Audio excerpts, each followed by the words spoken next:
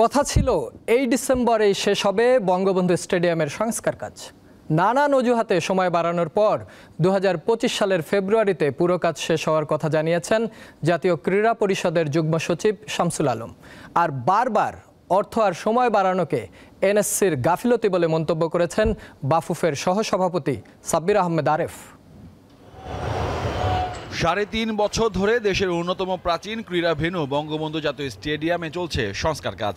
Gallery, মাঠ, অন্যান্য কাজ প্রায় শেষ পর্যায়ে। 2021 সালে 98 কোটি টাকা বাজেটে শুরু হওয়া সংস্কার কাজ শেষ হওয়ার কথা ছিল 2022 সালের জুনে। পরে সময় বাড়ানোর পাশাপাশি বাড়ানো হয় বাজেটের অঙ্ক।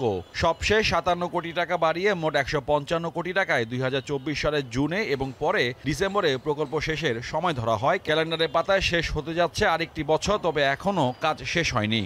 একটু স্লো করে দিবে, কারণ 31 ডিসেম্বর থেকে হ্যান্ড ওভার নিচ্ছে না আমাদের কাছ থেকে। সেই জন্য আমরা যেটা হলো এখন টার্গেট ফেব্রুয়ারির 10 তারিখের মধ্যে করা। ফ্লাড লাইটের টেন্ডার নিয়ে কালক্ষেপণ হয়েছে অনেক। অবশেষে স্পেনের মাদ্রিদ থেকে লাইট আনার প্রক্রিয়া সম্পন্ন হয়েছে। আপনি ভুল বলেন বা ডিজাইনের ফল্ট বলেন বা ডিজাইন নিয়ে চিন্তা করা হয়নি এটা বলতে পারেন, বাট আমাদের যেটা চিন্তা হলো যে যদি আমাদের প্রতিটা বলে 95 লাখ একক সোর্সে 25 লাখের বেশি করা যায় না।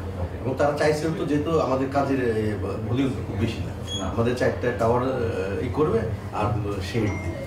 দফায় দফায় সময় বৃদ্ধিতে বিরক্ত বাফুফের কর্মকর্তারা। লম্বা সময় নেওয়াকে জাতীয় ক্রীড়া পরিষদের ব্যর্থতা বলে মনে করছেন তারা।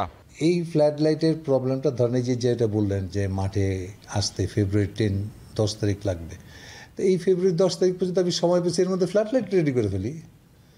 ওইটা মাঠ রেডি হবে, তারপর ফ্ল্যাড লাইট ধরবো, দরকারটা কি?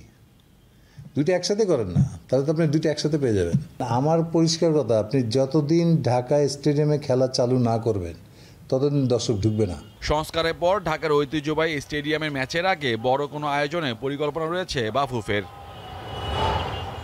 মোহাম্মদ হাসিব, দীপ্ত স্পোর্টস, ঢাকা। আগামী গড়ার সময় এখনই। আমরা আছি আপনাদের পাশে। Smart laptop, shaping the future.